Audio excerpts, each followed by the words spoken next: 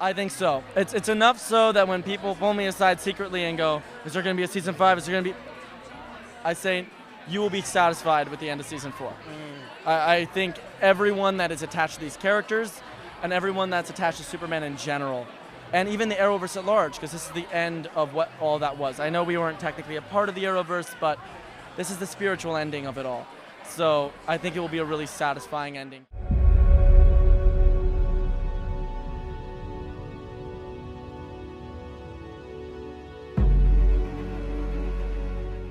Alright, what is going on guys? It's Tazz here and welcome back to the channel. The long-awaited 2-hour premiere for the 4th and final season of Superman and Lois is finally here. The last 10 episodes have begun. Monday night, October 7th, was also special for another reason. It marked the 10-year anniversary of the premiere of the first episode of The Flash. Very fitting for the premiere for the final season of the Arrowverse to line up with the 10th anniversary of one of its greatest achievements as well. After being left on one of the biggest cliffhangers in the history of the Arrowverse for over a year, we finally get to pick things up back with Clark, Lois, the boys, Lex Luthor, Doomsday, and the rest of Smallville. Quick spoiler-free thoughts before we dive deep into this final premiere. We are so back. I know it was quite a while between seasons, but the moment that CW logo showed up on the screen and the episode begun, everything just felt right again. It was almost surreal to actually have the show return in triumphant fashion, well worth the wait. We pick up right where we left off last season, mid-battle, not skipping a single beat. This premiere was everything I've wanted and more. So with that said, please go watch these first 2 episodes if you have not already. You definitely do not want to get this spoiled for you. But with that out of the way, let's fly right into this 2-part premiere breakdown. The first hour of the 2-part premiere kicks off right where we left off last season with our big cliffhanger of the Superman vs. Doomsday fight. The recap even blends seamlessly into new footage, briefly showing us how we got into this off-world conflict. The camera pans over to the craters of the moon, showcasing blood from both Superman and Doomsday floating on the surface, complete with Superman's torn cape illuminated by the Earth in the background, perfectly making the shape of an S. Roll title card. Back in Smallville, I guess we can call this the Eye of the Storm, as Lois and the boys pick up the pieces in the aftermath of the big battle. Swapping gears over to Lex, he's firmly planting himself in Smallville as he meets with his right hand. He's secretly bought the rundown hotel across the street from the Gazette to keep an eye on Lois. He's lost a lot of time to prison, and now that he's a free man, he won't let anyone stand in the way of what matters most to him, reuniting with his daughter and reclaiming his power. Step 1 of his plan is already underway, and now it's time for a little housekeeping, tying up some loose ends around Smallville, and one of those loose ends is of course General Sam Lane. Back on the farm, Jordan continues to use his powers to search for his dad to no avail, followed by a really nice brother bonding moment between John and Jordan, where they talk about having to stay calm even when the world is falling apart around them. Jordan is the one with the powers, however, Jonathan is the one who is more calm, cool, and collected because he knows he has to be. He has to stay strong because if he doesn't, who will? In Clark's absence, we get the first of many flashbacks where Lois reminisces on the good times, taking us back to just after the moment he revealed who he truly was to her. So nice to see how strong the relationship between the two of them have been from the beginning, and once again, Tyler and Bitsy absolutely kill it on screen with the chemistry. Back to outer space as Doomsday and Superman take the fight off the moon and into a debris field, giving us the full version of that Comic-Con preview clip. Once again, the CGI for Doomsday is top-notch. You can really feel the impact of each and every hit, see the dire situation Clark is in, and really feel his pain and the thoughts that this may very well be his final battle. Doomsday continues to grow and get stronger with each of Clark's attacks, but that doesn't discourage him from continuing the fight for as long as he can, holding his own and protecting not only his home, but his loved ones. In Smallville, Lex makes his presence and demands known to Lois. Luthor's plan is pretty simple. Lois retires from journalism, or he makes her suffer as much as she has made him suffer over the last 17 years he was in prison. He's taken away her protection in Superman and family in Clark. He's trying to turn the boys against her, buying up properties in Smallville, and regaining control over his empire with Luthor Corps. Once again, Michael Cudlitz as Lex is such a force to be reckoned with, and exudes a presence that we have never seen from another version of Lex on screen. He's not only physically imposing, but cunning and calculated. Lois, however, does hold her ground, sticking to her morals, and does not let Lex influence her in any capacity. More well-timed flashbacks to the early days of Lois and Clark, where Luthor is of course a threat.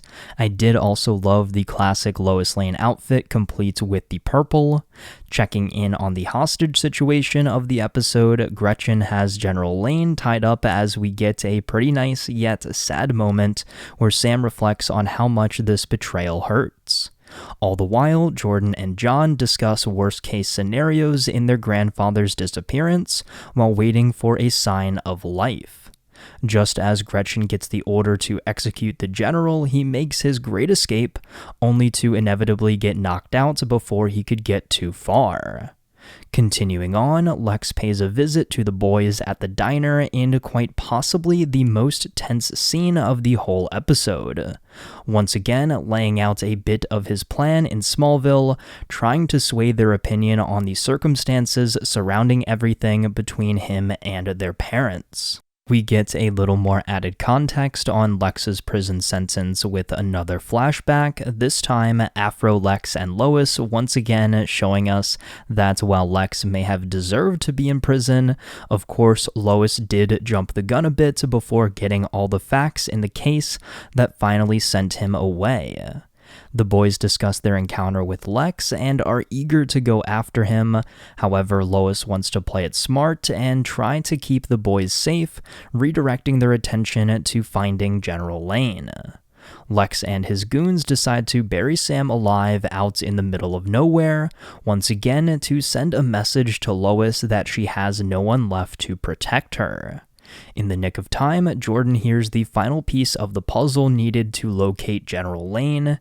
He brings Lois along for the rescue mission, which gives us one of the most badass Lois scenes as she holds her own, getting the information they need to pinpoint Sam's location, followed by her knocking out Gretchen with one punch. Jordan digs up his grandfather just in time, and the family reunites in the DoD medical wing to discuss next steps. Lois tells her father that Lex is trying to come after her, breaking down any and all possible defenses, and for the first time, she genuinely looks a little bit scared of what might happen. Closing out the Doomsday vs. Superman fight, Clark continues to get beaten and battered, with one final chance to make a stand. He powers up his heat vision, unleashing everything he has left as the radioactive thing attacks, blitzing through Clark's attempted defense, landing his final killing blow. Back home, Jordan hears Doomsday's return to Smallville, so they all go to investigate, as it has been seemingly days since the fight initially happened. I loved the shot of Doomsday just hauling Superman's lifeless body back to Earth, confronting the family, solidifying the fact that he has killed the Man of Steel. Doomsday flies off to bring Superman's heart to Lex as a trophy of his accomplishment, as we also get our first name drop of Brainiac. Certainly was not expecting that, and boy do I have some theories that we will discuss a little later on. Back to Clark's lifeless body, the moment Lois turns it over, the shock and pain all sets in at once.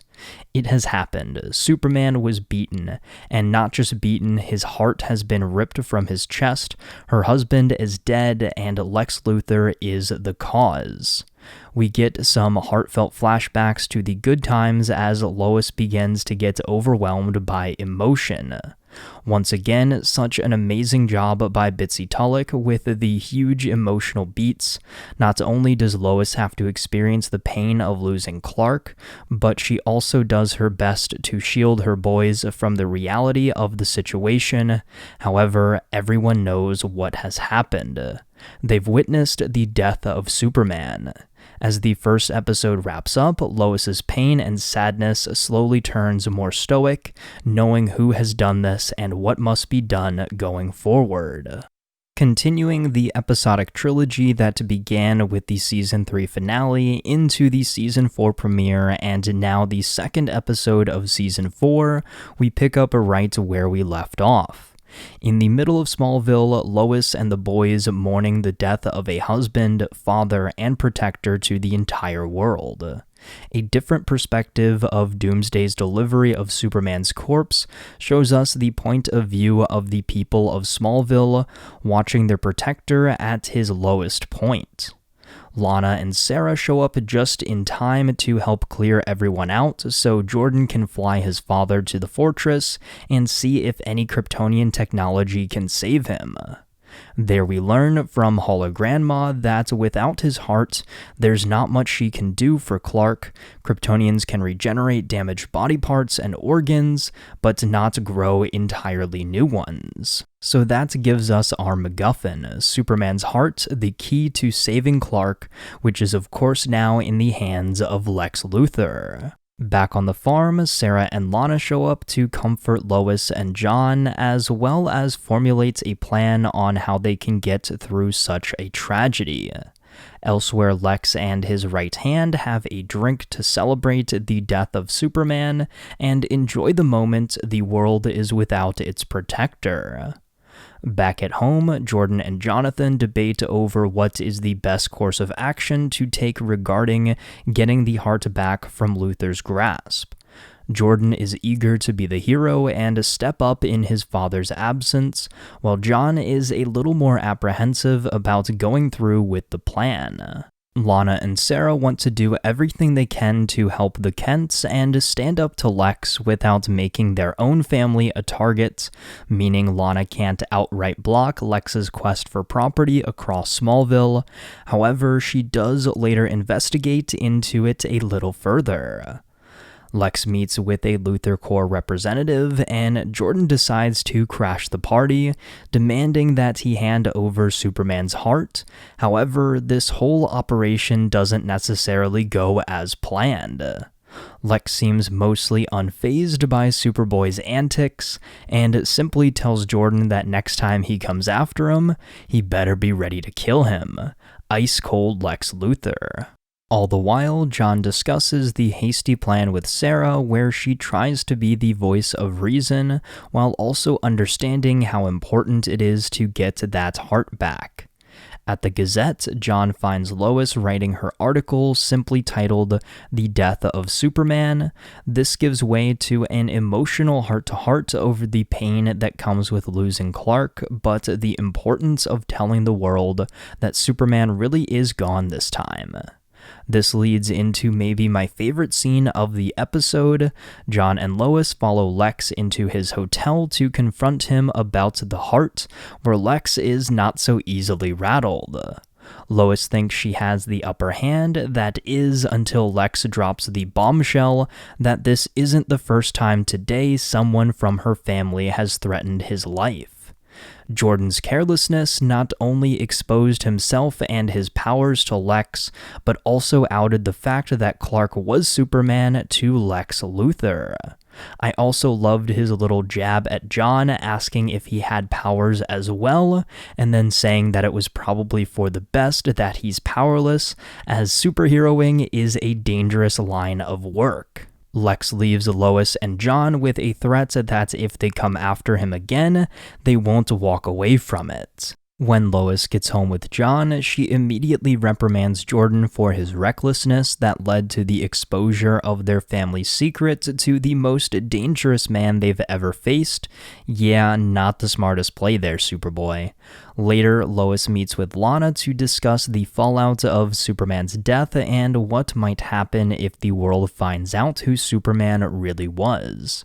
John and Jordan have another heart-to-heart about the mishap with Lex, which is cut short when Jordan hears the beat of his father's heart.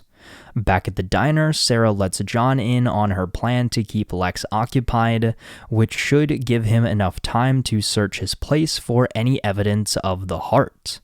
Once again, such a tense scene perfectly acted by Michael Cudlitz's Lex, playing into things like he doesn't know he's being manipulated when in reality, everything is going according to his plan. While John searches for evidence in Lex's hotel, Jordan scrambles to find the heart in a shipping container. However, both boys seem to have fallen right into Lex's trap. Lois gets a call from who she thinks is Clark, but it is actually Lex, informing her of the predicament her sons are in. This is the most twisted mind game Lex plays in the entire episode, telling Lois that her boys are both in danger and that she can only save one of them. Frantically, after some stalling, Lois is forced to make a choice that we do not actually end up seeing, but she immediately seems torn up about it. Lana finds John and helps bring him back home safely, however, Jordan wasn't so lucky. Lex's goons subdue him with some kryptonite weaponry after Superboy holds up a pretty decent fight, channeling his father's strength. Lex confronts Jordan, holding all the power over him as he taunts Superboy with the key to saving his father's life. Luthor tells Jordan that he has the power to end his life right now, however, he's choosing to let him suffer and live with the pain of knowing there's nothing he can do to save Clark now. Flex Luthor stomps on Superman's still beating heart, destroying the final shred of hope. Lois and John find Jordan at the Gazette after his encounter with Lex, absolutely destroyed over the outcome, letting them know that the heart is now gone, along with any chance of bringing back Clark. We get a final sort of rally the troops moment as Lois tries to rein the boys in and bring them back to reality. It is going to be tough getting through whatever Lex Luthor throws at them without their dad, but they have to stick together and face it head-on as a family. On the Luthor front, he makes plans to purchase land in order to create a new headquarters in Smallville, as well as learns who has the information on his daughter's whereabouts, that being General Sam Lane. Sarah and Lana discuss today's loss, where Lana decides that she is going to take a stand against Lex and do whatever she can with her powers as mayor to stop his plots, even if that means putting her family at risk. She's lost her best friend in Clark Kent, and she's not going to just stand by while Lex takes over her town. Closing out the episode, Lois and the boys travel to the fortress to say their final goodbyes to Clark, and this is where we learn that he's actually left something behind for all of them. He uploaded a copy of his consciousness to the fortress, complete with a really dope-looking Jedi Master-style suit. This is all we have left of Superman at the moment. He will always be in the fortress in some form. However, out there in the real world, it's just going to be the three of them, and that is a tough burden to live with. Definitely a somber note to leave the episode off on, with an ounce of hope for the future, as we know that this story for the final season is just getting started. Before wrapping things up here, I quickly wanted to run through a few theories I've formulated after the first 2 episodes of Season 4. First things first, the heart was the key to saving Superman, but now that it is destroyed, what is left? My initial thought is that there's still another super heart out there in Doomsday, so if we can defeat him, maybe there's a way to use his heart to save Clark. Option 2, Lex Major League bluffed and destroyed a fake version of the heart or somehow had Brainiac make copies that will be revealed in a future episode. Speaking of Brainiac, not a name drop I was expecting to hear, but this one sounds like the mysterious comic book character that was teased before the season started. Apparently, we will continue to hear his name dropped in episodes until he eventually shows up, and the big theory around who will be playing Brainiac, shout out to Darren for initially posting about it. We know Tom Cavanaugh will be in this season. How fitting would it be if he were playing a version of Brainiac? I think the Flash fanboy in me would absolutely lose it, although recent rumors suggest he will be playing someone else entirely. And finally, how long will Superman be dead for? This is the biggest criticism I can see coming from this season. It was already pretty apparent the lack of Superman from the premiere. Unfortunately, it seems like they are setting this up to be a first half of the season sort of ordeal, so I wouldn't expect Clark back in the flesh, powered up and ready to go until at the earliest, the end of episode 4, the latest partway through or at the end of episode 5. Overall, guys, this 2-episode premiere was certainly worth the wait. It feels so good to finally have Superman and Lois back on our screens, even if it is for the last time. Michael Cudlitz as Lex absolutely stole the show for me. Just every time his rock theme swelled up and he entered a scene, he was such a force to be reckoned with. He is truly the big bad to end it all. Lex is a man on a mission and will do whatever it takes with a hint of a moral code. Bitsy Tulloch as Lois did an amazing job holding down the emotional fort, reeling with the death of someone who was thought to be unkillable. I loved what the show did with their take on the death of Superman, making it a lot smaller scale and personal to the family and Smallville than it is normally presented in the comics and other forms of media. Looking forward to episode 3 and beyond, we have John Henry and Natalie finally coming back to begin the reign of the Supermen. We have so much ahead of us in the next 8 episodes, and I couldn't be any more excited. But with all of that said, guys, I want to know your thoughts on all of this down there in the comments below. What did you think of this 2-part premiere for Superman and Lois Season 4? What supporting character or characters are you most looking forward to seeing throughout the season? And what big theories do you have on the return of Superman or Lex's overall evil schemes? Just let me know your thoughts on all of this down there in the comments below.